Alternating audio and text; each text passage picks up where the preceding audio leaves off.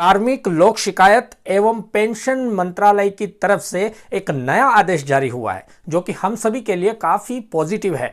राज्य मंत्री श्री डॉक्टर राजेंद्र सिंह के अनुसार कोई सरकारी कर्मचारी अगर अपनी सेवा के दौरान किसी प्रकार की दिव्यांगता का शिकार बनते हैं और उनके बावजूद भी उनकी सेवा को जारी रखा जाता है तो उन्हें दिव्यांगता क्षतिपूर्ति का लाभ दिया जाएगा। ये पूरी खबर क्या है, आइए विस्तार से समझते हैं और आसान भाषा में समझते हैं।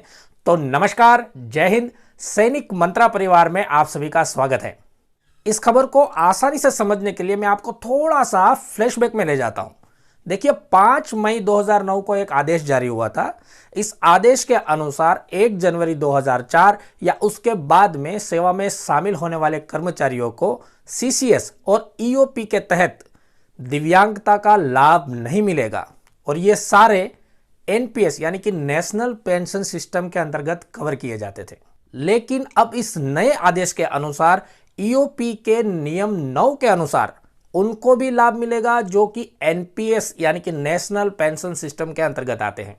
इसको मैं थोड़ा सा और क्लेरिफाई कर देता हूं।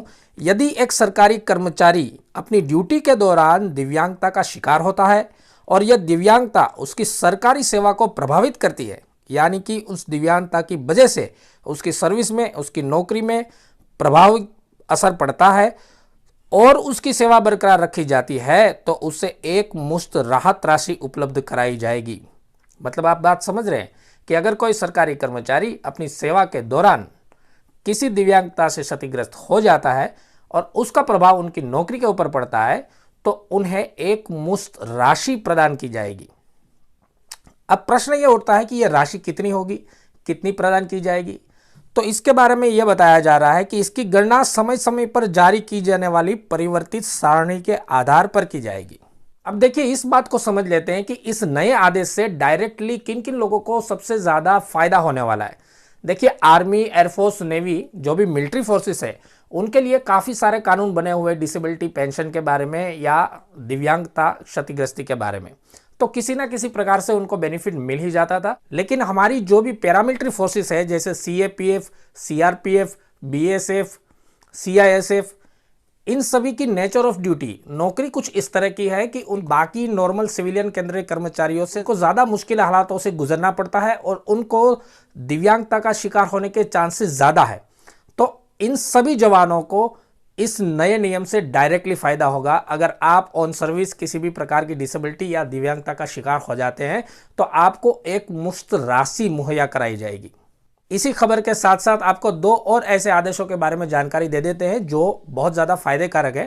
पहले क्या होता था कि अगर किसी कर्मचारी के साथ कुछ हो जाता है नौकरी के दौरान तो उनको पेंशन पाने के लिए मिनिमम 10 साल की नौकरी होना बहुत ज़्यादा ज़रूरी होता था, तब जाके उनको उसकी आखिरी भुगतान की गई राशि का 50% पेंशन के रूप में मिलता था। लेकिन अभी वो भी कैंसिल हो चुका है। लास्ट भुगतान के 50% पेंशन के रूप में आपको मिलेंगे और उसके लिए 10 साल की नौकरी होना भी आवश्यक नहीं है।